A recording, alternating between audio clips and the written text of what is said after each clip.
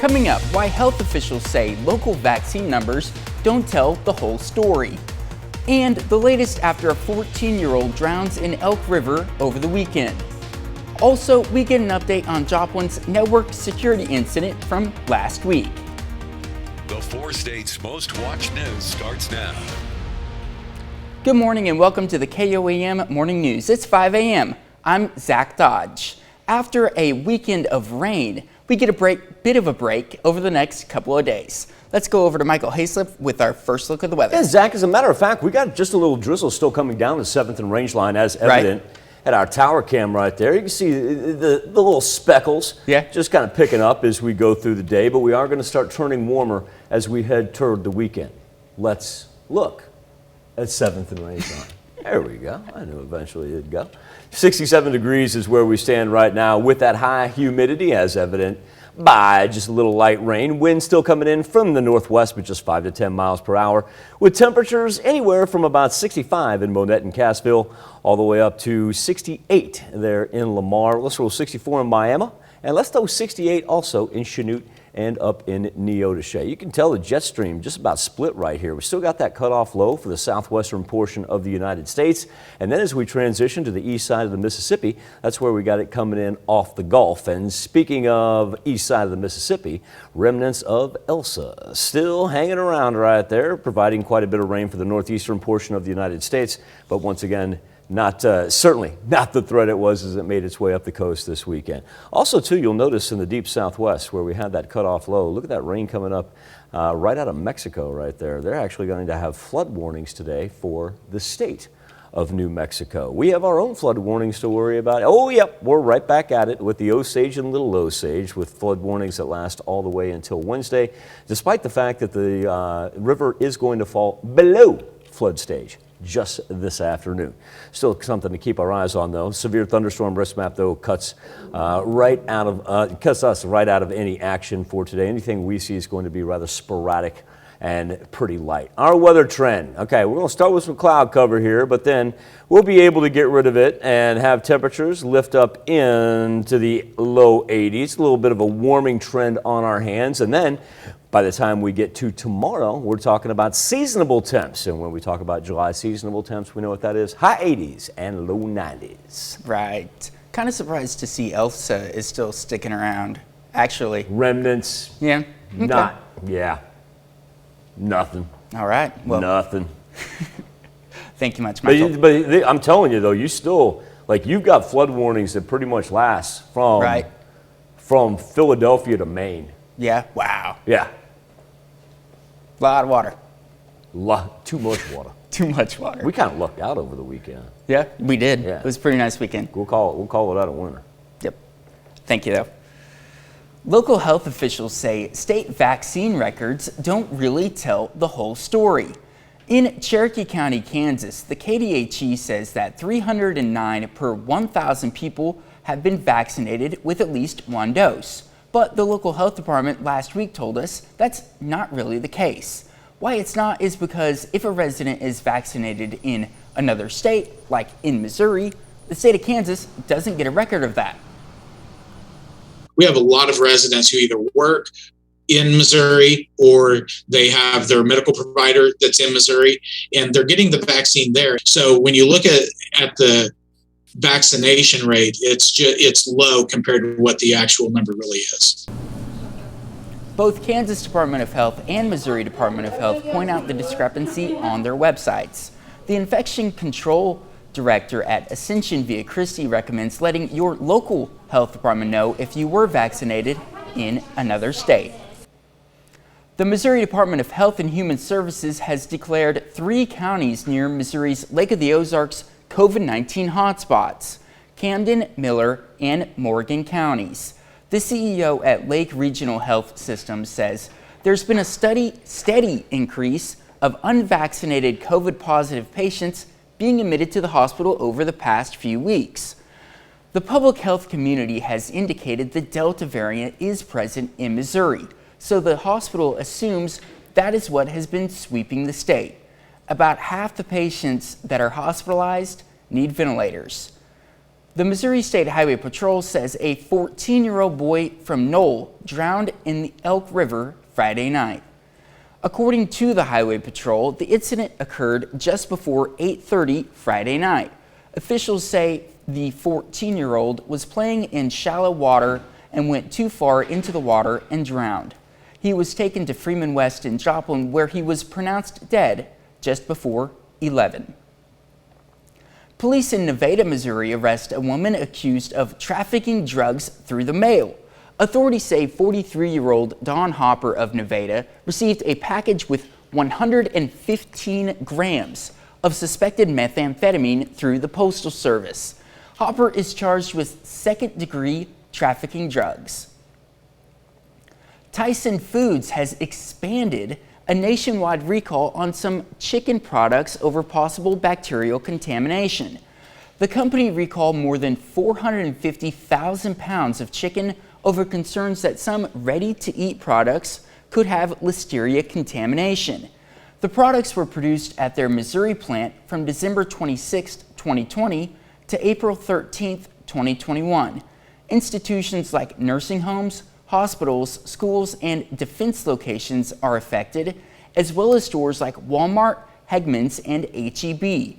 The total recall now sits at about 9 million pounds of Tyson products. For the full list, see the USDA's Food Safety and Inspection Service website. Joplin City officials released an update on the network security incident from July 7th. In Saturday's update, city officials say that they confirmed the third-party service that the city uses to process utility payments and store residents' payment information was not affected by the incident. The city adds that it does not store residents' payment information in its network. This past weekend marks the 13th annual Cruisapalooza in Webb City.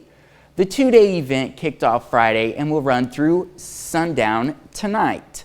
A number of different vendors were on hand with food, snacks, drinks, and little trinkets to take home with you. On top of that were giant kites flying high in the air, a car show, several bounce houses, and even a little petting zoo for kids.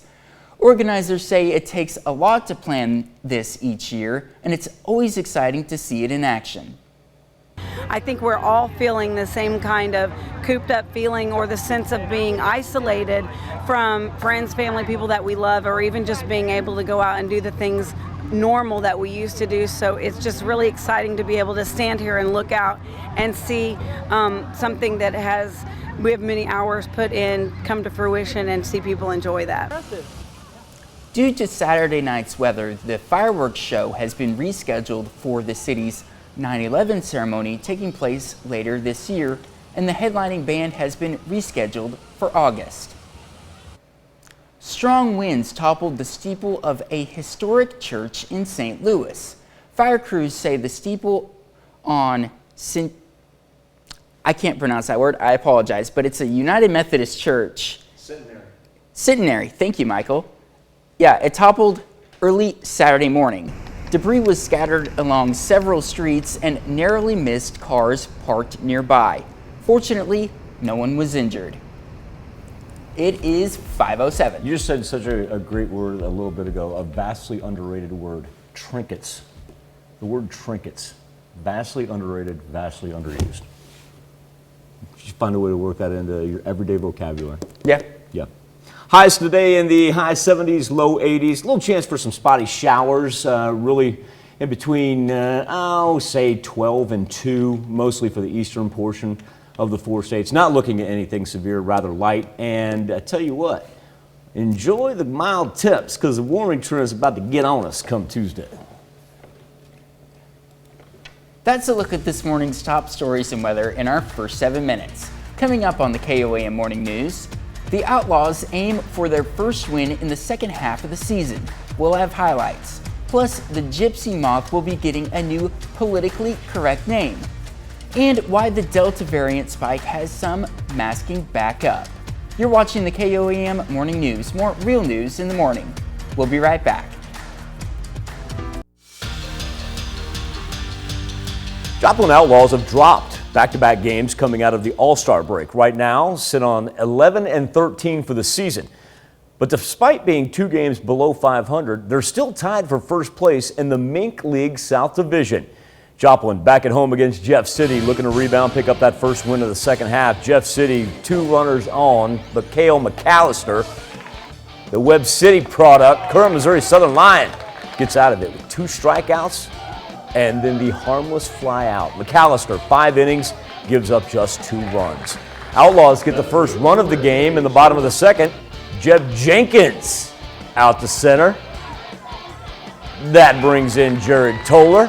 Joplin finishes it off, gets that coveted first win of the second half, beats Jeff City, final score 6-4. Last night was championship night of the Missouri Little League District 2 tournament in Webb City. And Webb City, the #1 seed in the bracket, looking to return to the state and face the Joplin American All-Stars. Now Joplin aiming for a little revenge after falling to Webb in the semifinals on Saturday. Webb wastes no time going to work. Talon Haslip, leadoff man, get you some. Deep to left, solo home run. It's a home team on the board first. Moments later, Mason Young shoots one back up the middle. Brady Holland comes in to score. Webb City jumps on Joplin early, still in the first. Connor Hood, bouncer in the center. That'll work because it's going to score 2 more runs. Webb City gets 10 in the first inning. They're headed to state, win the district title over Joplin. Your final score, 10-0. In the major leagues, Royals and Cardinals, both scheduled to play yesterday, and both of them rained out. Kansas City's final game of the first half of the season against Cleveland, it was postponed. They're going to play that one September 20th as part of one of the now famous 7-inning doubleheaders. Saturday night was the 3rd installment of the Conor McGregor-Dustin Poirier rivalry at UFC 264. Poirier won the fight with a TKO after a doctor stoppage after the first round. McGregor suffered a lower leg injury in the final seconds of the first round on Saturday night, aka Sunday morning. Later, the injury was confirmed to be a broken tibia. Now Poirier has won 2 of 3 against McGregor, earning a shot at Charles Oliveira for the UFC lightweight title. Here's a bit of what he had to say after the win. You never want to get a win that way, but what happened was a result of checking a kick. You know, I'm more than sure of it. He got what he had coming to him, man. Karma's a mirror. I doubled down on myself after beating him in January when they offered me a title shot. You know, I doubled down on myself and it paid off. You'll see him on the ground still saying some real bad stuff. But even that stuff being said, I don't wish, you know, serious harm like that on nobody. The guy's got kids. I want him to go home safe to his family. UFC President Dana White says after Poirier gets a shot at the lightweight title and McGregor recovers from his injury, the plan is for the two to return to the cage and do it again for the 4th time.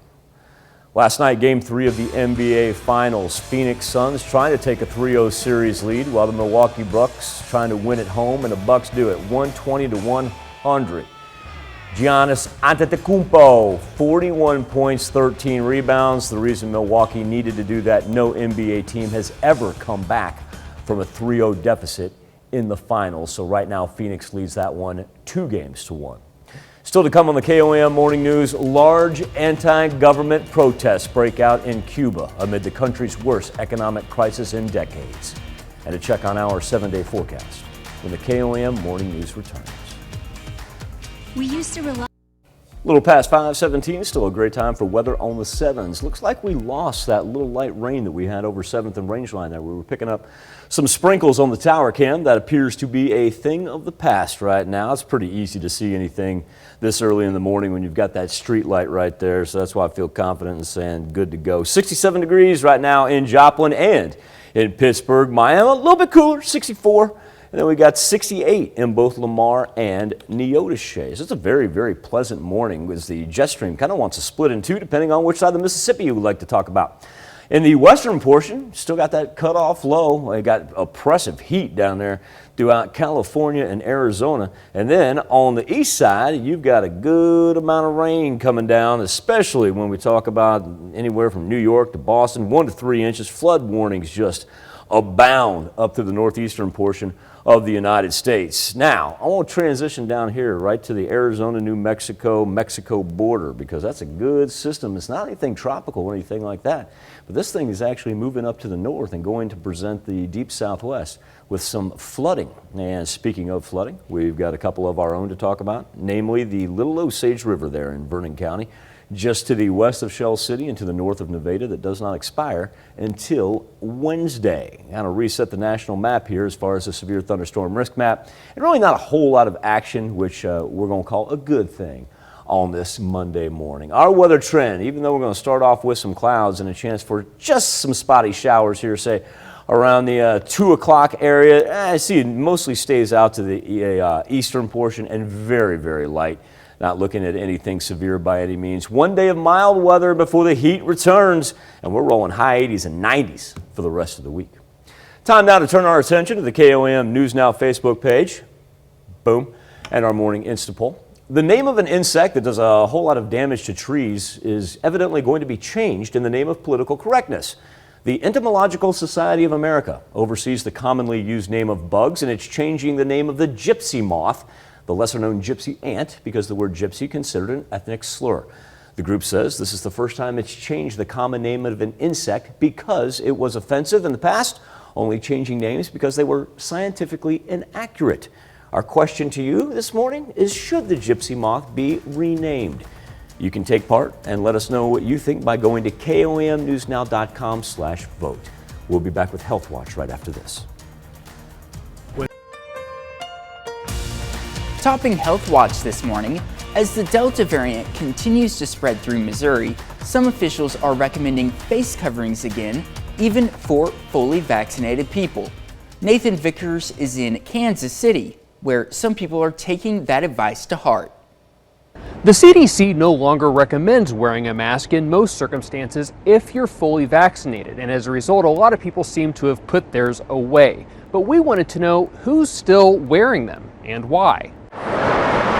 Walking around the plaza, only a few people are wearing masks as they move from shop to shop. I'm not sure what else is out there, so I just continue to wear my mask just in case. Brianna Barber says she's been vaccinated, but she still wears one to her job as a server and in crowded areas. I don't know, I just always keep it in my car because I've been used to doing that since before the vaccine had came out, so I just have a whole bunch in my car, honestly. She's one of several people we met today who wanted an extra layer of protection. I am fully vaccinated.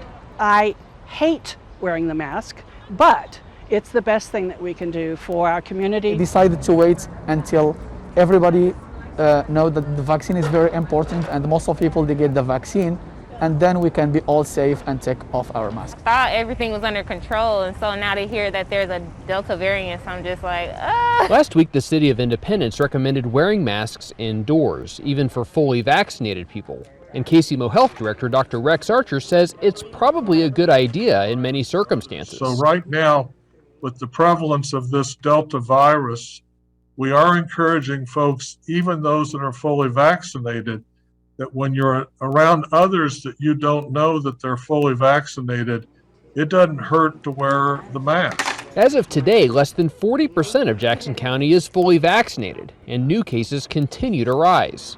Archer says in a crowded store or line, he recommends masks for everyone. It reduces your chance of inadvertently spreading this to somebody else or getting it yourself. The Delta variant has been popping up among people who have gotten the shot. That's why those who do wear masks plan to keep them handy. I think we're all better off if each one of us individually thinks about everybody else. Even if it's not a requirement. in this case of the unknown, I'm just like, at this point, I just might as well put it back on. As of Friday, Jackson County had an average of 42 new cases per 100,000 people per day. The campaign to get Americans vaccinated for COVID-19 has prevented some 279,000 deaths and 125 million and 1.25 million hospitalizations. That's according to a new Yale School of Public Health study. Researchers warn more people still need to get vaccinated, especially with variants circulating. Less than a third of adolescents are having conversations with their pediatricians about sexual health. A new study in the journal Pediatrics finds that despite a majority of teens and parents thinking those discussions about puberty, STDs, and birth control are important. That's a look at some of today's top health stories. You're watching the KOAM Morning News. Pretty mild Monday as temperatures are going to be in the high 70s, low 80s. Do have a slight shot for some afternoon showers, mainly for the eastern portion of the 4 states, and then a warming trend kicks in up to the 80s and 90s the rest of the week. Celebrate your freedom in style. Coming up, why health officials say local vaccine numbers don't tell the whole story. And the latest after a 14-year-old drowns in Elk River over the weekend. Also, we get an update on Joplin's network security incident from last week. The 4 states' most watched news starts now. Good morning and welcome to the KOAM Morning News. It's 5:30. I'm Zach Dodge, and while the sun may not be up quite yet, we're going to have it come up. Hopefully. That wouldn't be bad if it didn't. I don't know where I was going with that. Here's Michael with the weather. Hey, I promise you, Zach, when we took this shot at 5:17 for our first weather on the 7s, we were done with the light rain. And then Mother Nature was like, okay, Zach and Slip, they're going to start another news block. I better come back and get on TV and do something exciting. It's just, like I said, it's light rain. But there you see, it's dotting the tower camera there at 7th and Rangeline in Joplin, sitting at 67 degrees. Not too bad. 66 in Parsons, 67 in Nevada. Let's roll 64 right now in Miami. That was a whole lot of news nationally speaking. We do have good activities here sitting off of the northeast portion of the United States. It's going to cause some flooding concerns. And you got another one trying to push its way across the Mexican border. But for us, we just need to consume ourselves with flood warnings. We've got a pair of them now. That one on your left, that is for the Little Osage River at the Horton gauge. And then the one on the right, we've seen that one for the past week and a half. That is the Osage River at the Taborville gauge. Both of them sitting right at flood stage for the most part, but don't have to worry about any severe thunderstorms throughout the Midwest. Afternoon planner, it's going to be a pretty mild day, high 70s, low 80s. We are going to keep some shots for rain in there that we'll get to in just a second, but mostly clear and calm overnight as well. Now, when we talk about that precipitation, watch the eastern portion here because it really wants to stick just around the Ozarks and out to the east of the Ozarks for the heavier rain. We just get a little bit of fallout just on the backside of it. You're going to be pretty surprised there if we even see it be able to penetrate across the Missouri-Kansas state line. But then after that, we get back to July weather. We're going to get up into the high 80s and low 90s there for the rest of the week. And you can confirm for sure 100% that the sun will be coming up at some point today. 6:06. All right. Put me on the spot. Here in about half an hour. I'm 99% sure it's 6:06. Right. I know. I stand corrected. 6:07. 6:07. All right. I'll make sure to hold you to. Oh, Mother Nature, how you come and get me? Oh yeah.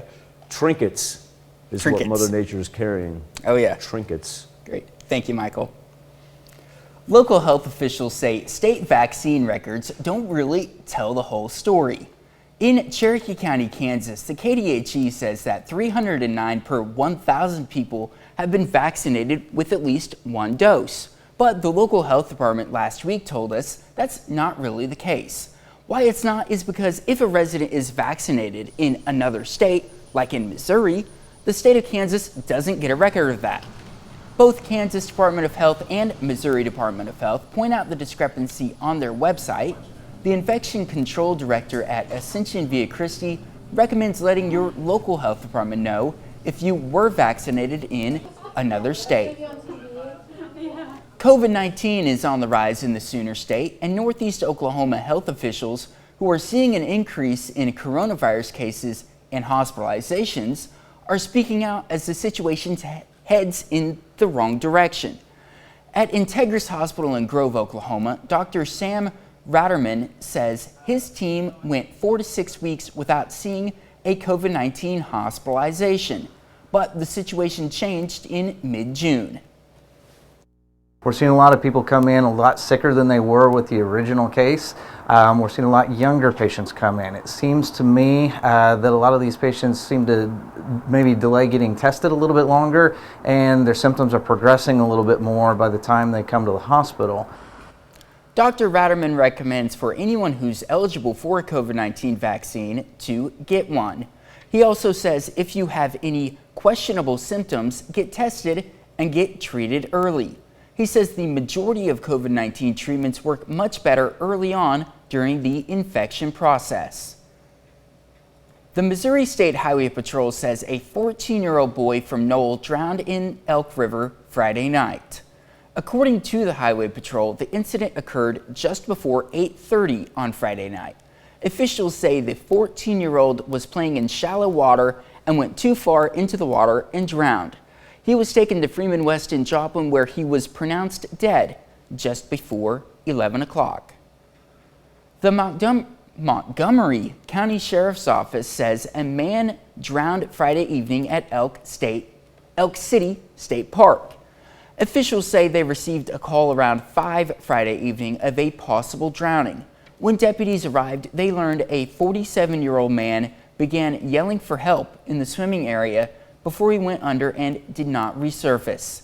Authorities began a search and around 11:20 Friday night found the man's body. He was pronounced dead on the scene. The victim's name has not been released. Senator Jim Inhofe's office requests $4 million in federal funds to help combat illegal marijuana growing operations. The Republican says the money would allow the Oklahoma Bureau of Narcotics to establish a unit to combat national drug organizations. Sheriffs and other law enforcement groups say illegal marijuana growers are setting up in rural parts of the state and funneling cannabis into the illegal drug trade. Joplin City officials released an update on the network security incident from July 7th. In Saturday's update, city officials say that they confirmed the third-party service that the city uses to process utility payments and store residents' payment information was not affected by the incident. The city adds that it does not store residents' payment information in its network. The legacy of Bob Corley, a Joplin area philanthropist, lives on through a series of grants for area nonprofits. Southwest Missouri Bank, trustee of the Corley Memorial Trust, announced the recipients of this year's Corley grants on Friday. 36 area nonprofits are getting a share of more than $236,000. The great thing about our local charities is they're diverse. There's so many different types. The grant process gives a chance for each of these charities to ask for and receive funding from this perpetual trust, primarily again to benefit homeless and needy individuals here in Southwest Missouri. Bob Corley passed away in 2019. Saturday marked the 78th annual Carver Day. The event was held at the George Washington Carver National Monument in Diamond. The monument's park superintendent says Carver Day celebrates Carver's life and achievements, such as his work on crop rotation, as well as his 300 uses for the peanut, and highlights the importance of remembering him. I think the importance of remembering Carver is remembering his struggles, remembering his dedication. I mean, this man was deeply dedicated to alleviating poverty and feeding human beings. The George Washington Carver National Monument is the first national park dedicated to an African American person. Legendary center fielder and four-state native Mickey Mantle's baseball card goes front and center at a museum in Denver. An ultra-rare 1952 baseball card of the Commerce Comet rolled into Denver on Saturday. The card received a police escort to its temporary home at the Raleigh Hotel ahead of the MLB All-Star Game. The card's owner shared he felt a need to showcase the card so the public could see a part of baseball history. I feel like I'm a caretaker, and part of my obligation is to display the card so the community can really enjoy something as magnificent as the perfect mantle card. The card is PSA certified, gem mint condition, and recently was sold for a record-shattering $5.2 million in January. That's a look at our top news stories. Coming up this half hour on the KOAM Morning News, how a couple of filmmakers are bringing a taste of Hollywood to the Sooner State. Plus, President Biden presses Russian President Vladimir Putin on the issue of ransomware in a recent call. We'll have the latest. But first, it's 5:39. A little light rain, some sprinkles hanging over Joplin right now. It's going to be a very mild Monday. Temperatures only in the high 70s and low 80s. 7-day forecast. The heat wave begins tomorrow. We'll be back with the World Watch next. Topping World Watch, anti-government protests break out in Cuba over food supplies and rising prices. Thousands marched in Havana to complain about food shortages, with many moving into the streets to disrupt traffic. Demonstrators chanted for freedom, saying they've had enough. Cuba is in its worst economic crisis in decades, with coronavirus cases surging. President Biden says he spoke to Russian President Vladimir Putin and expects Putin will provide any information on ransomware operations underway in his country. David Spunt has the story. This is the second bite of the apple for President Biden. He met in person with Russian President Vladimir Putin last month in Geneva, Switzerland, essentially telling him in so many words to knock it off. The two had a phone call on Friday, President Biden speaking from the White House. He says that he pressed the Russian leader to stop ransomware. I made it very clear to him that the United States expects when a ransomware operation is coming from his soil, even though it's not sponsored by the state, we expect them to act if we give them enough information to act on who that is. Cyber experts in the United States say it's likely Mr. Putin did have awareness of the attacks prior to them happening, as it involved such an intricate process to hack companies in the United States. Just because you face a cyber attack doesn't mean that that's how you necessarily respond in kind. There's a whole range of tools at the president's disposal. Some of those tools reside here at the Pentagon and at Cyber Command, and we're going to be prepared and ready to tee up those options for him whenever he might need them. The FBI and Department of Justice are investigating. When asked if the United States should respond by attacking the actual servers involved in this specific ransomware attack, President Biden said yes. That's a look at some of your biggest headlines from around the world. Now let's toss it over to Michael for our Something to Talk About. Remember, Zach, that is how you essentially get everybody on the same page. You know what you do? You look at them and you go, knock it off. Knock it off. Yeah, just knock it off. Knock it off. All right, there's something to talk about on the KOAM News Now Facebook page and our morning Insta poll. The name of an insect that does a lot of damage to trees.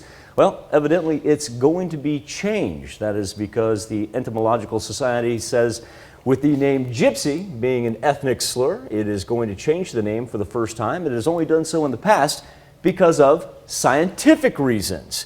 Our question to you, simply put, is should the gypsy moth be renamed? And right now, an overwhelming 96% of you say no.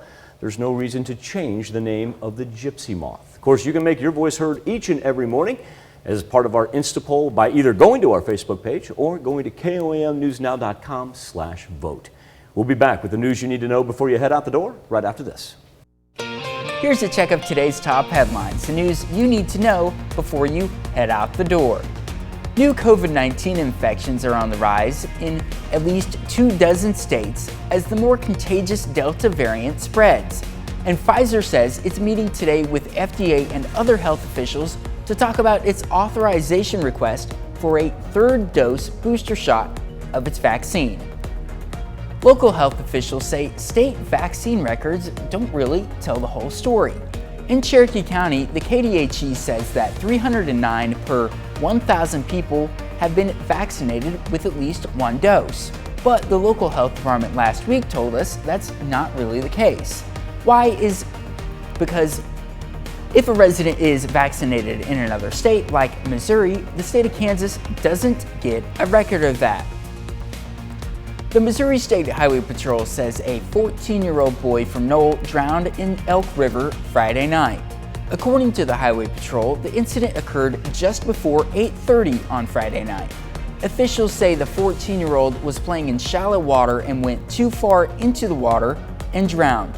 He was taken to Freeman West in Joplin, where he was pronounced dead just before 11. Joplin City officials released an update on the network security incident from July 7th. In Saturday's update, city officials say that they confirmed the third-party service that the city uses to process utility payments and store residents' payment information was not affected by the incident. The city adds that it does not store residents' payment information in its network.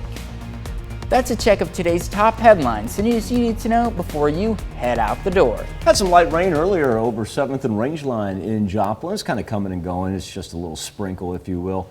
And temperatures right now hovering anywhere from the mid to high 60s. Let's roll 67 in Joplin, 65 in Parsons, and let's go 64 in Miami. Lamar looks like it's up there, sprinting up there as far as southwest Missouri goes, as it's already warmed up to 68. Now, it's not going to be too hot of a day. It's going to be really nice, as a matter of fact. High 70s, low 80s, and you can't beat that for the middle of July. Now, it's going to change quickly, I promise you, as tomorrow will be the beginning of our warming trend. But for today, let's concentrate on Monday here. We could see a little scattered rainfall, mainly for the eastern portion of southwest Missouri. See a little bit in the central there, but it wants to stay on the east side of the Ozarks and then clear out overnight. As we get to the 7-day forecast, like I said, one day of mild temps, but then hello 80s and 90s, because that's where we're going to be from Tuesday all the way into Sunday. Do keep those rain numbers pretty limited. And once again, it'll be typical July showers that pop up during the afternoon and evening. We'll be back with more KOAM Morning News right after this. After a stint in Hollywood, 2 Oklahomans returned to their home state to bring production projects to Oklahoma City. Now they're training students at Prairie Surf Studios. Tevis Hillis explains how they're trying to draw the next generation of movies to the state. I had to leave to learn. We want to create an environment where other students don't have to do that. Our goal is to get to know the industry really well here in Oklahoma so that we can help place people into positions. And this is the idea Prairie Surf Media is running with. Right now they're accepting students and partnering them with professionals in the business. Prairie Surf Media, alongside the Film Education Institute of Oklahoma, are giving students 3 days to really indulge themselves in this industry and create a short film. Action. It's about a woman, and her dying wish is to get her hospice nurse to pray for her grandson. It'll make you laugh, it'll make you cry, and it'll be all done in 15 minutes. That story from Christian Faith Publishing is being brought to life by professionals and teaching 70 students to understand the demands of the business. Cut! Prairie Surf Academy partners with organizations around the state to give Oklahomans more access to the film industry and help them get more involved. And we saw that there was a need for jobs, and Prairie Surf Academy was born out of the idea of connecting those people that need jobs to the jobs themselves. So our goal is to give people a pathway. Coming July 17th will be their first Pathways workshop, where both Matt and Rachel will lead classes for everyone's niche. What is your path into film? If you want to be in front of the camera or behind the camera, we have paths to both. By the end, people that are film curious have a better understanding of how to get into this industry so that they can then get a job. Their goal to keep the talent we already have here in Oklahoma. If you'd like more information on their classes, I'll have all that on the News 9 app. In OKC, Tevis Hillis, Oklahoma's own News 9. That's actually pretty cool because, as both you and I know, Michael, in media, whether it's news media or entertainment media, having that hands-on experience can be really, really important whenever you're trying to get into it. Only thing to do is to throw your feet into the fire and... Oh yeah, just jump right in. Yeah, no, I agree. I completely agree with you, Zach. There's only one way to learn it, and honestly, it's to do it. And yeah, that's now that other people are going to have that opportunity, that's tremendous. For sure. Hey, on the KOAM News Now Facebook page and our morning Insta poll, it's about an insect. Does a lot of damage to trees. You may have heard the name. It's called the gypsy moth. But it appears that the name is going to be changed in the name of political correctness because the Entomological Society of America, and that's the organization that oversees commonly used names of bugs, is changing the name of the gypsy moth and the gypsy ant because gypsy is considered an ethnic slur. Society says the Romani people rejected the name gypsy a long time ago, and on top of that, nobody wants to be associated with a harmful invasive pest. So now the Entomological Society is looking for a new common name for the insect, and it's expected to take months. I do not know if they're taking submissions or not. Our question to you, should the gypsy moth be renamed? 98% of you coming out of the gate right now and saying no, it should not be renamed. Of course, you can take part each and every morning by going to KOAMnewsnow.com/vote. We'll be back with more KOAM Morning News right after this. Pretty mild today, all things considered. We're talking about the middle of July, and that will be in the high 70s, low 80s every now and then. Any rain that we see really wants to stay on the eastern portion of the 4 states. It will be light through the afternoon hours. Then get ready for the warm-up, 80s and 90s for the rest of the week. We'll be back right after this. Coming up, why health officials say state vaccine numbers don't tell the whole story. And the latest after a 14-year-old drowns in Elk River over the weekend. Also, we get an update on Joblin's network security incident from last week. The 4 states' most watched news starts now. Good morning and welcome to the KOAM Morning News. It's 6 a.m. I'm Zach Dodge. We got a little bit of a break from the rain after the weekend. We're going to get one anyway. Michael, is that right? Yeah, we are definitely, Zach. We're going to kind of hold the rain off here in earnest until the latter half of the week. Right now, dealing with overcast skies, but even though we did see some light drizzle over 7th and Rangeline, not going to affect the morning commute, not going to materialize or anything. Just got to wait for the cloud cover to break through, but the clouds are really helping us out as far as any type of hot weather because we're only at 66 right now in Joplin. Waking up with 64 in Parsons, 65 in Monette, and let's roll 64 in Miami as well. You can tell the Skywatch Storm Tracker with the split jet stream activity going on there. We are going to have very mild temperatures considering it's the middle of July, as we'll only make it up into the high 70s, low 80s today. You do see there's rain on that noon panel. We'll break that down in just a little bit. But I do want you to know, too, that starting tomorrow, the heat is going to re-emerge. So as you look on the eastern portion of the 4 states through southwest Missouri, we see a little light action for the late morning, early afternoon hours. Nothing severe, and like I said, very, very light. And really it has a hard time even penetrating into the central and western part of the 4 states. After we're done with it, hey, here come the 80s and 90s right back at us all the way into the weekend. Thanks, Mike. Give you a one-day reprieve on those temps. Yeah. That'd be nice to have one day at least. One day is not going to be bad because I tell you what, Wednesday and Thursday, that's when the old humidity is going to kick in. Right. It was really humid yesterday, and that was not. It was. Thank goodness it did not get like. Thank goodness it wasn't 89, 90 yesterday. Right. Yeah, exactly definitely. right. But thank you very much. We'll check back in with you in just a little bit. I'll be here. All right. Local health officials say state vaccine records don't really tell the whole story. In Cherokee County, the KDHE says that 309 per 1,000 people have been vaccinated with at least one dose. But the local health department last week told us that's not really the case. Why it's not is because if a resident is vaccinated in another state, like Missouri, the state of Kansas doesn't get a record of that.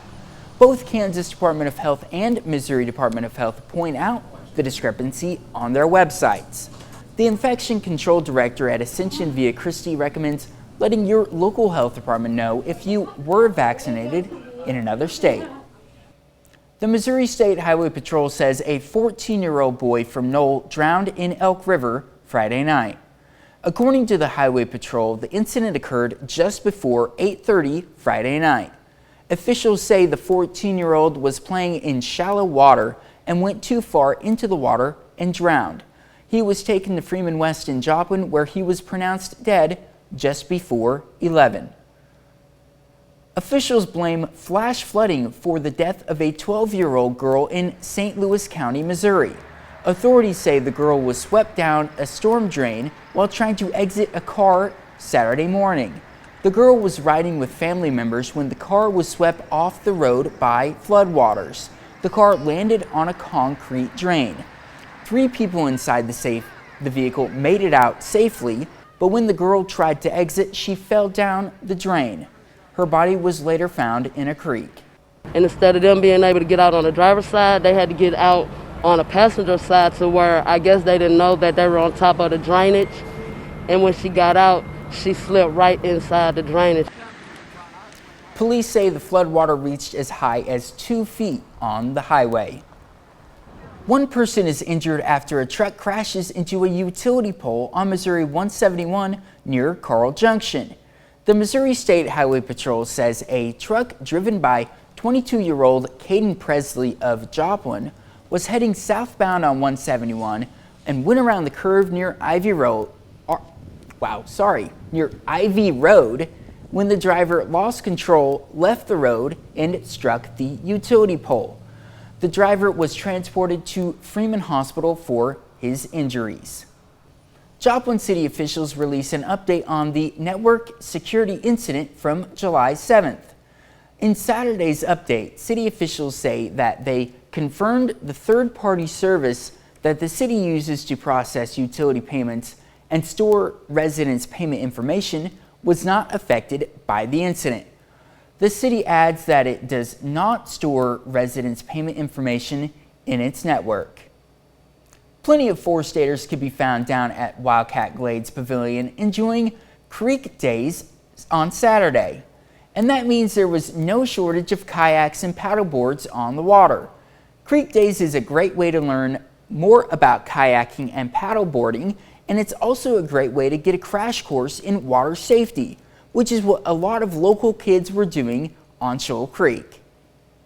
You know, in Missouri, we've got so many waterways and access points that you can take advantage of, and it's, you know, beautiful creeks out here. So teaching these kids the safety of being on the creek is our #1 priority, and then getting them out there and letting them enjoy it and getting hooked, and they'll get their kids involved, and it just grows from there. The Joplin Kayak and Canoe Group helped make Creek Days a reality, and if you'd like to learn more about local kayaking and paddleboarding, give their Facebook page a look. We've got a link to that in this article on KOAMnewsnow.com. The Bourbon County Fair is now in full swing. Friday, the fun kicked off with the fair rodeo. Some of the area's toughest cowboys and girls showed up to show off their stuff. I mean, we get people from Texas, Oklahoma, Arkansas, Missouri, Georgia, Alabama. We got them from everywhere, so. The fair runs until July 17th with events including a dog show, a horse show, and livestock judging.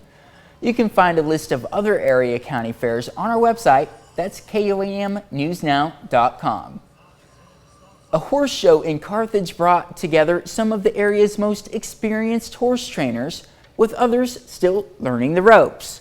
The Ozark Quarter Horse Association hosted the show at Lucky J Arena.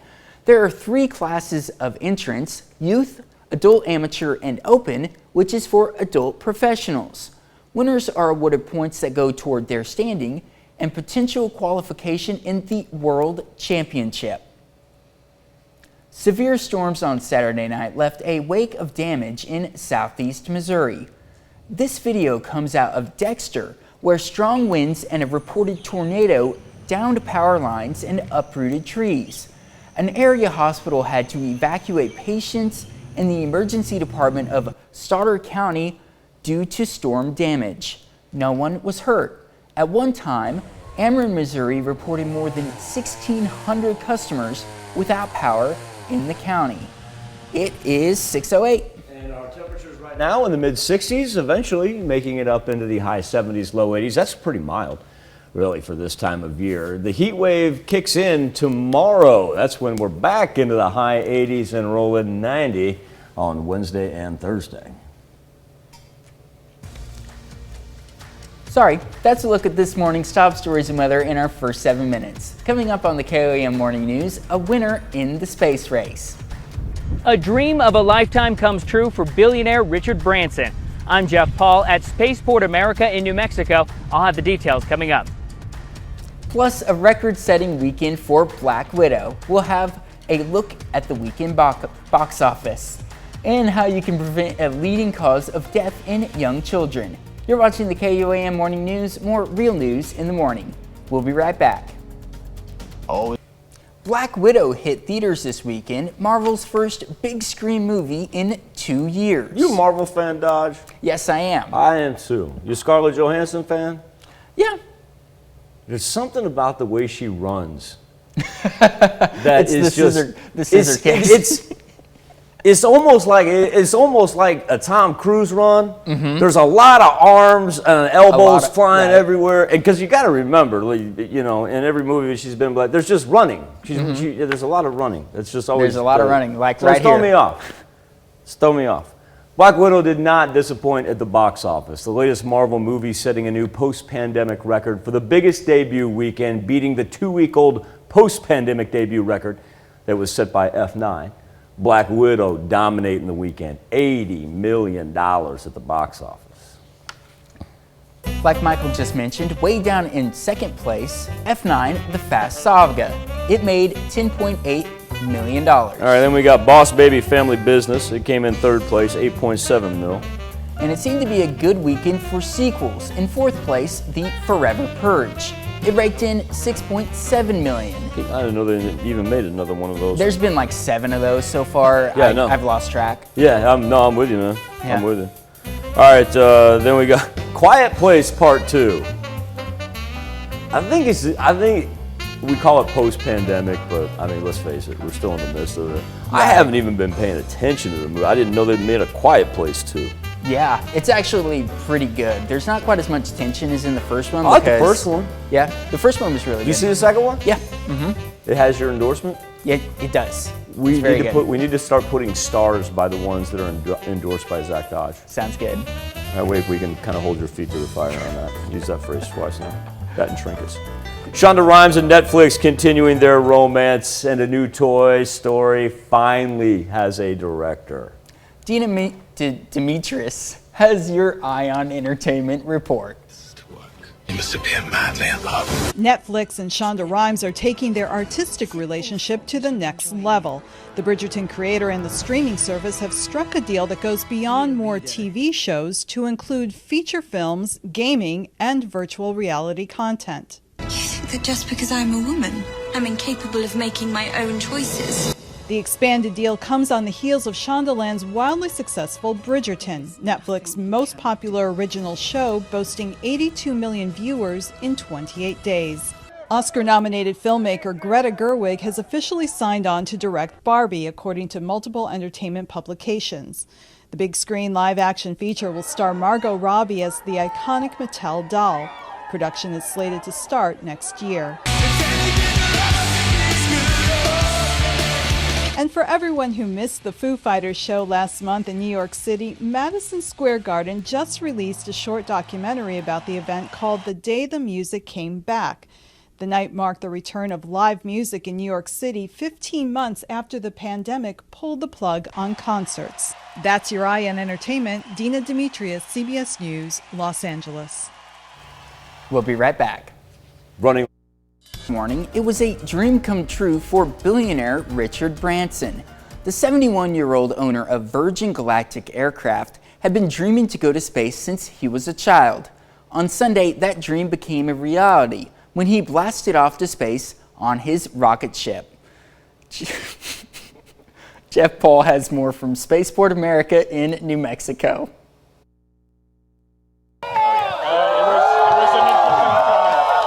Billionaire Richard Branson celebrating what he calls a dream of a lifetime after he successfully made it to space on his own Virgin Galactic aircraft. I have dreamt of this moment since I was a kid, and honestly nothing could prepare you for the view of Earth from space. Branson, along with 3 Virgin employees and 2 pilots, launched into space on Sunday aboard VSS Unity. The crew blasted off from Spaceport America in the town of Truth or Consequences, New Mexico. They were on board a sort of passenger rocket plane. The twin fuselage carrier jet carried Unity to 50,000 feet. It was then released and blasted off through the Earth's atmosphere. They experienced some weightlessness and then headed back to Earth. In all, the flight lasted about 90 minutes from start to finish. The 70-year-old business mogul says he could see more clearly from space. We're here to make space more accessible to all, and we want to turn the next generation of dreamers into the astronauts of today and tomorrow. A group of students had a front row ground seat to watch the first fully crewed test flight to space. And I'm happy that we're able to go into space now and discover new things about the galaxy. Branson's blast comes 9 days ahead of another billionaire's trip to space. Jeff Bezos is set to head to space from West Texas. While Branson's flight is set to be longer, Bezos' Blue Origin will climb higher to 62 miles at altitude. Either way, both will be making huge steps for commercial spaceflight. With the successful flight, Virgin Galactic is now the first privately owned rocket company to launch its owner and founder into space. More Americans are saying I do. The wedding industry is making a major rebound as much of the U.S. is bouncing back from COVID-19. Business sales of both engagement rings and wedding bands are on the rise. In addition, nuptials that were postponed due to the pandemic are also taking place as family and friends are able to gather again in person. One reason for a rise in marriages, aside of course from true love, one would hope anyway, is many Americans have been able to save money during the shutdown while they were not able to go to restaurants or on vacation. That's it for Consumer Watch. Now let's toss it over to Michael for a check of the forecast. Thank you, Zach. As we take a live look over 7th and Rangeline, the little light rain that we had earlier that was dotting the tower camera now appears to be a thing of the past as we sit at 66 degrees with cloudy, if not overcast skies. 67 in Carthage, 65 in Neodesha. Throw a 4 or make that now just changing to a 5 in Miami. Now, the fact that we're going to make it up into the 70s today, a far cry from our average high on what should be the normal for July the 12th. 90 degrees would be the historical norm. Look at that record, 112. Set back in 1954. Look from the national perspective shows you it's really the Northeast that's getting dominated by most of the rain, and everything's starting to move out of Texas on the other side of the Mississippi as well. But down to the Southwest, they actually do have a pretty good system that's boiling up, going to bring them some possible floodings in portions of Arizona and New Mexico. Speaking of flood warnings,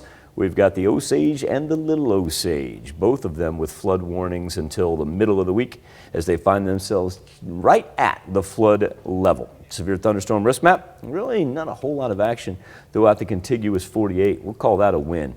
Highs today in the high 70s, low 80s, and as far as our rain goes, see a little bit there on the eastern portion of southwest Missouri for late morning, early afternoon. Certainly not looking at anything severe and shouldn't have any flooding concerns. But then the heat wave begins on Tuesday. We'll then staring 90s in the face on Wednesday and Thursday. Be back with Health Watch next. Topping Health Watch this morning, drowning is the leading cause of injury-related death in children ages 1 to 4. A new report from the American Academy of Pediatrics looks at the latest research and recommends safety measures. Michael George introduces us to a mom who nearly lost her son and is getting the word out to help other families. 7-year-old Adam Leeson is heading to first grade. His mom says she knows how lucky they are.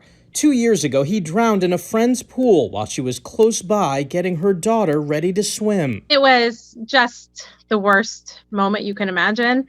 Something you just never think is going to happen to you or to your family. A friend pulled Adam out and started CPR. He spent 4 days in the hospital and made a full recovery. Knowing CPR is so important because if we had to wait for an ambulance to come, if he had gone that long without oxygen. A new American Academy of Pediatrics report shows 900 children died from drowning and 7,200 were seen in the ER in 2018. Toddler and teen boys are at highest risk, and one study shows more than half of drownings occur between 4 and 6 p.m. We have people coming and going from work. We have meal preparation. There's just a lot going on during that time frame, and it would be easy for a small child to get into the water unexpectedly. The report recommends multiple layers of protection for prevention, including close, attentive adult supervision in and around water and four-sided pool fencing with self-close and self-latch gates. Making sure you're taking as many precautions as you can, getting your child swimming lessons. We talk about having a water watcher, the person who is assigned to watch the children in the pool. All of Maribeth's children are taking swim lessons, including Adam. There was a lot of adults around, so I was just thinking he was going to be okay. And then I realized after this happened, I could have done so many things differently. And so that's why I thought, you know what, maybe this is important to share. She hopes telling her family's story will save lives. Michael George, CBS News. Adam's mom also wants others to know the signs of drowning because it often doesn't look like a struggle and can happen in silence. Look out for a person bobbing up and down and not getting their mouth above water, or someone horizontal with their face in the water for more than 30 seconds. Healthcare providers are prescribing less antibiotics in the U.S. Rhode Island researchers looked at more than 1,200 clinics and found antibiotic prescribing fell by almost 4% in recent years in the outpatient setting. Researchers say the threat of antibiotic resistance is increasing, so more needs to be done to prevent overprescribing. The current head of the Food and Drug Administration is asking for an investigation into the approval of a new Alzheimer's drug. Acting Commissioner Dr. Janet Woodcock made the request Friday. She wants the Department of Health and Human Services Office of the Inspector General to look into the controversial drug Aduhelm. The drug was approved with the FDA's accelerated approval to treat Alzheimer's disease, despite an earlier vote from an FDA advisory committee that there was not enough evidence to support the drug's clinical efficacy. 3 members of the advisory committee resigned following the approval decision.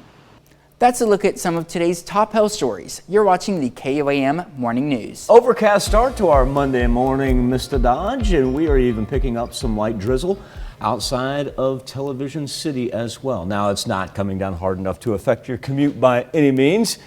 May not even have to use the windshield wipers where you are. 66 in Joplin, 65 in Neodesha, and 67 right now in Nevada. We get a 2-day reprieve coming off of the temperatures we had yesterday before. Oh, look at that. There we go. Skywatch Storm Tracker likes to pop up. Here's the 7-day forecast. All right, we get a 2-day reprieve coming off our temperatures from yesterday before. The high 80s and 90s reemerge later this week.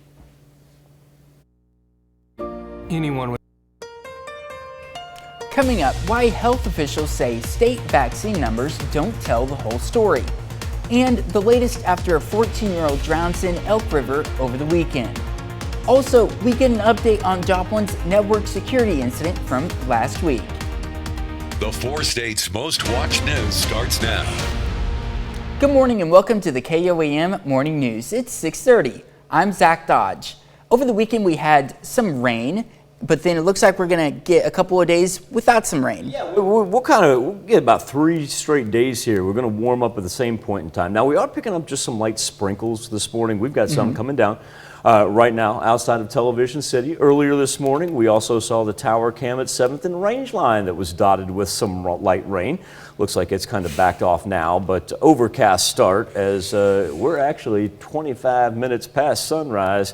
And almost feels like dusk right there. It's been so dark. 66 degrees. It's been very comfortable, though, even with a little light rain. 67 in Carthage, 64 in Independence, and 65 in Miami. Now, we were talking about where we should be this time of year. It's going to be a far cry from a normal temperature with an average high of 90, because Monday we get spoiled. High 70s, low 80s. I mean, it's going to be really hard to beat. As far as what we're looking at nationally, we've got rain in the northeast, we've got a system down to the southwest, and we've got flood warnings in the 4 states. That's right, for the Osage and Little Osage, those lasting until the middle of the week. As we take a look at the severe thunderstorm risk map, no worries for us and not a whole lot of action in the contiguous 48 for that matter. So like I said, high 70s, low 80s, about as all we're going to see, with a little additional late morning rain through the afternoon in the eastern portion of our highlighted counties, mainly staying east of the Ozarks though. And then enjoy today, because the heat will return tomorrow and lift us up into the low 90s on Wednesday and Thursday. But just like you said, Zach, after the light rain today, really don't have any shot for it moving in until Thursday evening. Right, that'd be pretty nice. And I'm looking at the... we're just going to have to fight through the heat there. Those overnight lows, I mean, we're only dropping down into the 70s. Gonna be warm. Welcome back to the AC, folks. Right, oh yeah.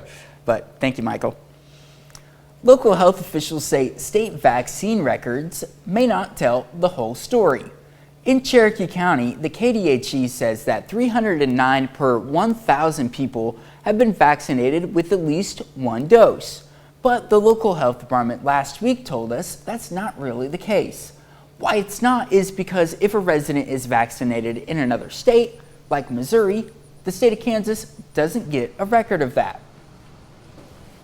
We have a lot of residents who either work in Missouri or they have their medical provider that's in Missouri, and they're getting the vaccine there. So when you look at the vaccination rate, it's low compared to what the actual number really is. Both the Kansas Department of Health and Missouri Department of Health point out the discrepancy on their website. The infection control director at Ascension Via Christi recommends letting your local health department know if you were vaccinated in another state. The Missouri State Highway Patrol says a 14-year-old boy from Knoll drowned in Elk River Friday night. According to the Highway Patrol, the incident occurred just before 8:30 Friday night. Officials say the 14-year-old was playing in shallow water and went too far into the water and drowned. He was taken to Freeman West in Joplin, where he was pronounced dead just before 11 o'clock. The Montgomery County Sheriff's Office says a man drowned Friday evening at Elk City State Park. Officials say they received a call around 5 Friday evening of a possible drowning. When deputies arrived, they learned a 47-year-old man began yelling for help in the swimming area before he went under and did not resurface. Authorities began a search and around 11:20 Friday night found the man's body. He was pronounced dead on the scene. The victim's name has not been released. Senator Jim Inhofe's office requests $4 million in federal funds to help combat illegal marijuana growing operations.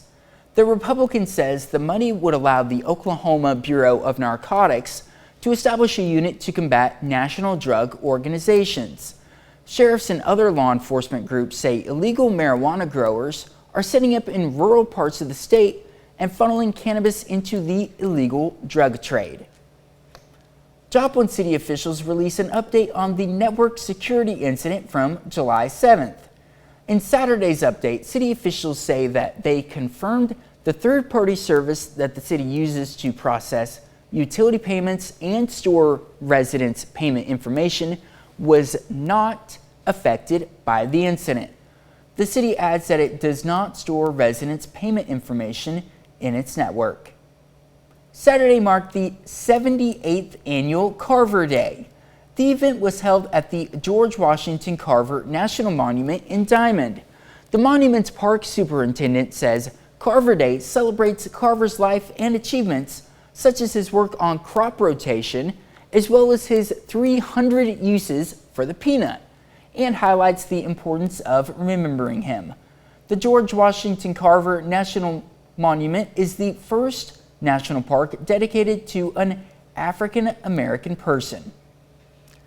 The Newton County Fair wraps up over the weekend. This year's fair featured livestock shows, lots of food, carnival rides, and daily events. It's a fun event, just ask longtime attendant Seth Russell. He's been going to the fair since he was 3. Russell shows dogs and goats and says it takes a lot of work to get them ready. The process, well, it's year-round. We got to make sure that their hooves are nice and trimmed so that they don't mess up their feet or anything. We got to keep them shaved so that they look nice for the show. You got to keep them fed and watered and all that. fun stuff year-round. You got to make sure that they're medicated so they don't get worms or anything.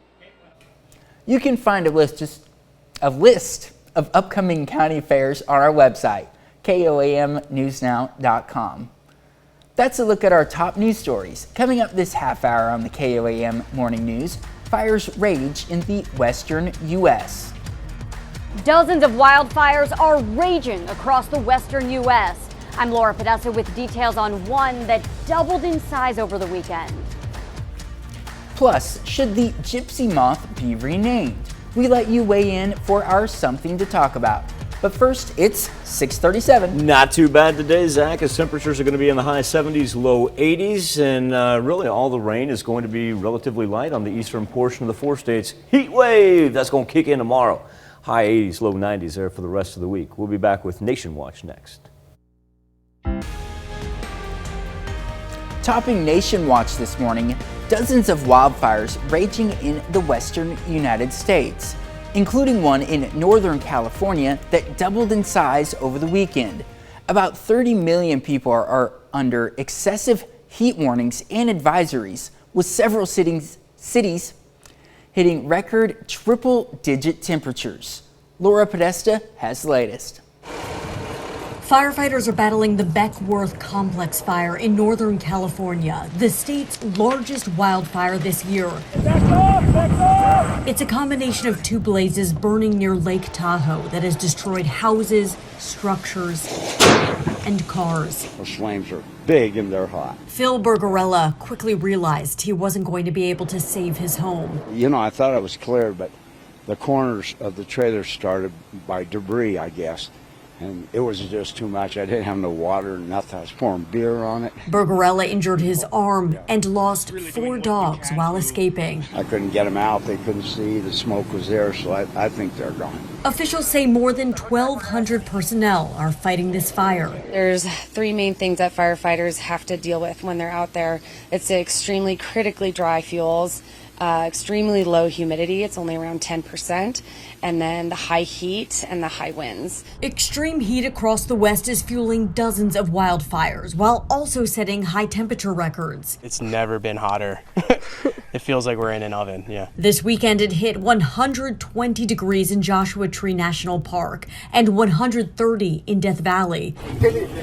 Washington and Oregon set new emergency orders mandating access to shade, water, and breaks for anyone working outdoors after an Oregon farm worker died of heat-related causes. Laura Podesta, CBS News. In Arizona, 2 firefighters were killed Saturday when their plane crashed while surveying flames. New COVID-19 infections are on the rise in at least 24 states as the more contagious Delta variant spreads. And Pfizer says it's meeting today with FDA and other health officials to talk about its authorization request for a 3rd dose booster shot of its vaccine. It seems American men are having a hard time making friends. A survey conducted by the Survey Center of American Life, men in the U.S. are experiencing what is being called a friendship recession, meaning they are making and visiting with, I'm assuming, less friends. The study shows that only about 27% of men have at least 6 close friends, down from 55% from 1990. The number of men without any close friends increased from 3 to 15%. That's a look at today's top national stories. Now let's check back in with Michael for our Something to Talk About. Doesn't a little bit of that have to do with age, though? I feel like it. I wouldn't say that I have 6 close friends. I don't. Outside of family. Right. So. No, I mean 6? No. Right. No. No, I mean, I'll put myself out there. I mean, I usually, I roll with like 2. Yeah? Yeah. Not to say that I don't consider other people friends. For sure. Like, but if I'm talking like joined at the hip. Yeah? Yeah. Right. I'll roll with 2 on that one. It's the quality of friend more so over the number that you have. Yeah. Couldn't have put it better myself, my man. That was excellent. That was excellent. That was excellent. I love that. All right. KOAM News Now Facebook page and our morning Insta poll. Now that Dodge and I just had our bro moment. I got him to laugh. I love it. Gypsy moth. You may be familiar with it. However, it is going to have its name changed for political correctness reasons. The society that's in charge of naming insects is changing the name of the gypsy moth and the gypsy ant. Now, the society says the Romani people rejected the name gypsy a long time ago, and on top of that, there's no reason for it to be associated with a harmful pest. Our question put to you, though, is should the gypsy moth be renamed? And we haven't seen a whole lot of fluctuation on this. It's been consistent all morning long. It's 95% of you right now say no, it should not be renamed. Of course, you can take part in our Insta poll each and every morning. Go to KOAMnewsnow.com/vote. We're going to come back and celebrate birthdays and anniversaries right after this. We take this time to honor today's four-state hero. Airman Arthur Hallam served in the United States Air Force from 1954 to 1958. He was stationed in England. His hometown, Scammon, Kansas. We're proud to salute Arthur Hallam, a four-state hero. The birthday list begins with Alex Pack. As Alex celebrates his four, the big man will know exactly what I'm saying when I say they're 2x4, they're 6x8. Shunting trucks and hauling freight. Cool. I have no idea what you're talking about. Thomas and his friends, man. I apparently didn't watch it very much as a kid. I don't really remember. I didn't watch it either as a kid, but I know what? Alex's parents, they know that song like the back of their hand too. Nice. Happy birthday, big man in Galesburg. Happy birthday to Paisley Murphy as well in Fort Scott, turning 6 today. Braylon Hazley. Well, Creed and O'Banion too. I can throw on the brakes and say, wait, I got Creed and O'Banion. Is he buried in sand? It looks like it. I love it. Or he might just be half a child. I didn't think about that before I said it. I'm so sorry. Oh. Creedon, we know that you are full underneath the sand right there. Happy 7th birthday in Arma, and this comes with happy birthday from your family and Zach Dodge. And a happy birthday to Kinley Price, turning 11 in Sarcogsy. No, we got thrown off. Now we go to Braylon. Now you got to do Braylon. Okay, Braylon Hazley, turning 8 in Pittsburgh. I should pay closer attention. Thanks, Michael. Turning 8 in Pittsburgh. Happy birthday, Braylon. Happy birthday, Braylon. And Zach, hey, Braylon, Zach does a great job paying attention, or else he wouldn't know that kids were half buried in sand. Kinley Price, there she is. She's back, and she is 11. Kinley, I love the color of that hair. That is marvelous. She's celebrating in Sarcogsy. You might have to go ahead for a minute. I got you. Who's up? Jace Midget?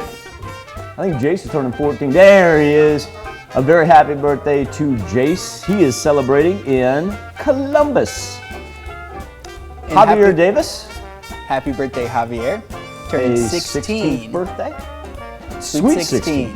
Very Yeah. cool. In Pittsburgh. In Pittsburgh.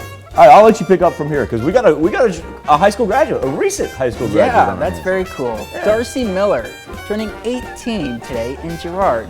Just graduated from Girard High School in 2021, so this year. So happy birthday and congratulations on the graduation. You gotta keep rolling, man. The Miller family's not done. It's a busy week in the Miller house. Jamie Miller household.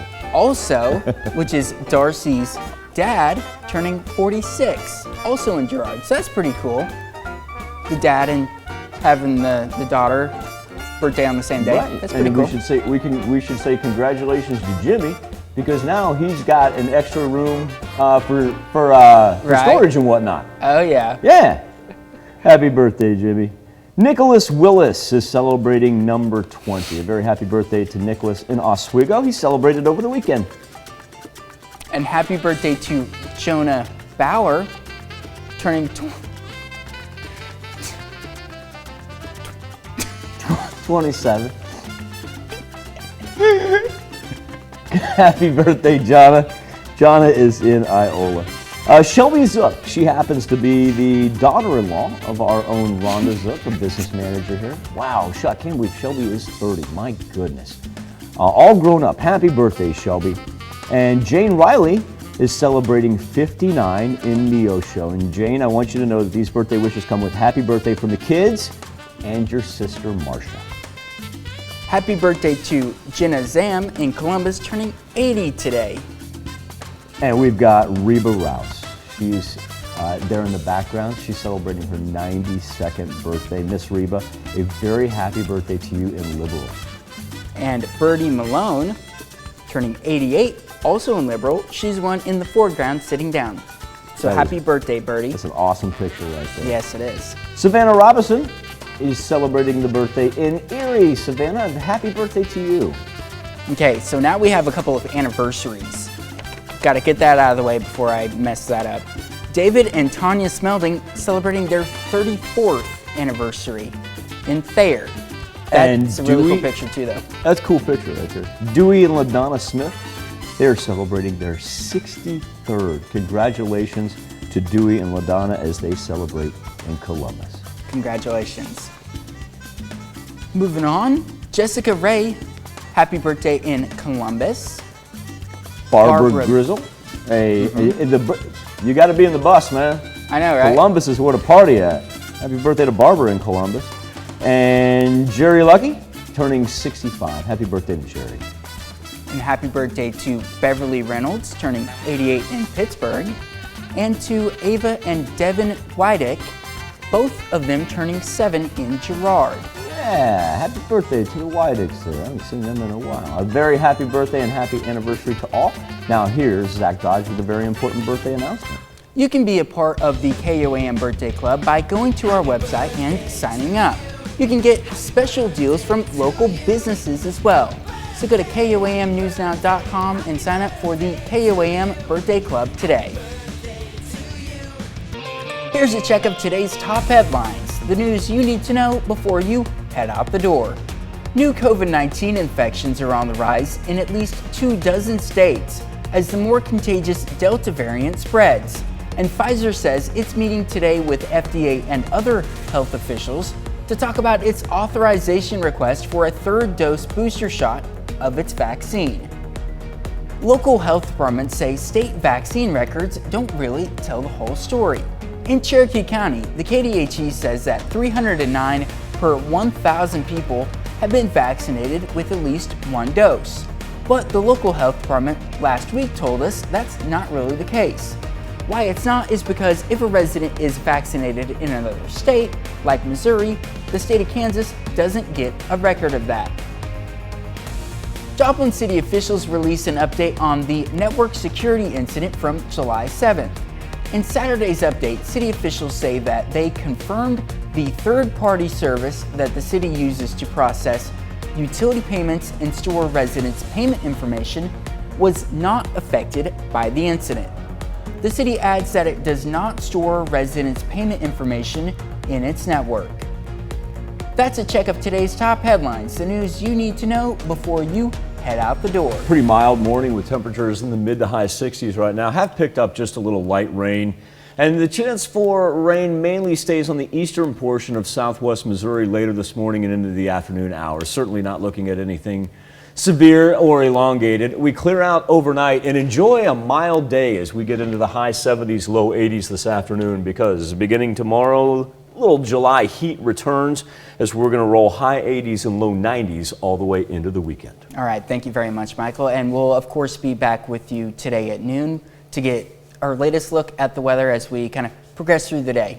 And coming off of our weekend, Zach, where we did have sporadic rainfall there, we got a couple flood warnings that we need to update. Not only the persisting one for the Little Osage that dates back to last week, but also a new one for the Osage River itself in Vernon County. So we'll continue those. We'll continue to update those and also take a look at what they've got bubbling down to the southwest, because they got some massive flooding concerns out there as well. Yeah, all right, I want you to switch on over with us. Fox 14. Zach and I will continue to carry the news and hopefully the fun on over there. I want to thank you all for joining us on this Monday morning. Do me a favor today.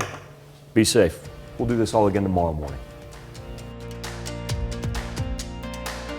Lander Chevrolet of Joplin is your official